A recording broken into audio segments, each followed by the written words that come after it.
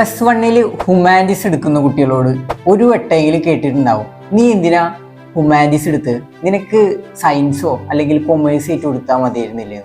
അവർ വിചാരം എന്ന് വെച്ചിട്ടുണ്ടെങ്കിൽ ഇതൊരു ഒന്നും കിട്ടാണ്ട് ഈ ഒരു ഇതിലേക്ക് എത്തിയെന്നാണ്.